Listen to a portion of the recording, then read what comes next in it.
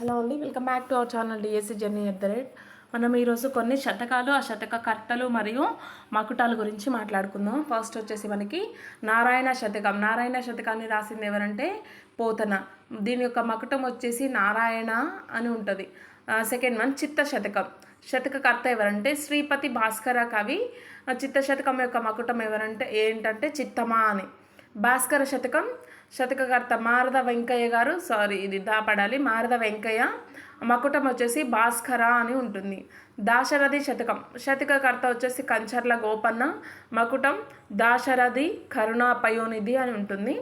నరసింహ శతకం వచ్చేసి కాకుత్సం శేషప్ప కవి. మకుటం దుష్ట సంహార నరసింహ దురిత దూర.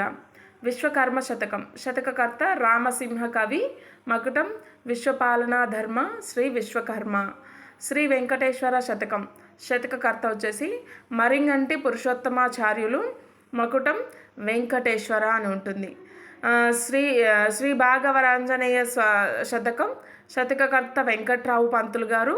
మకుటం వచ్చేసి బాకవరాంజనేయ కలభంజన సాధు జనానురంజన అని ఉంటుంది.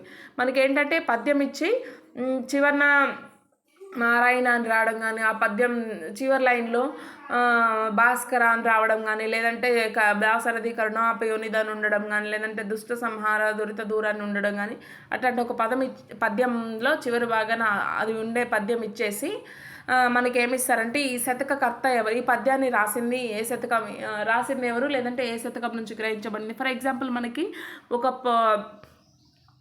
పద్యం చివర నారాయణ అని ఉంది. ఈ నారాయణ అనే శతకాన్ని ఏ శతకంలోనిది ఈ పద్యం అని ఇవ్వచ్చు.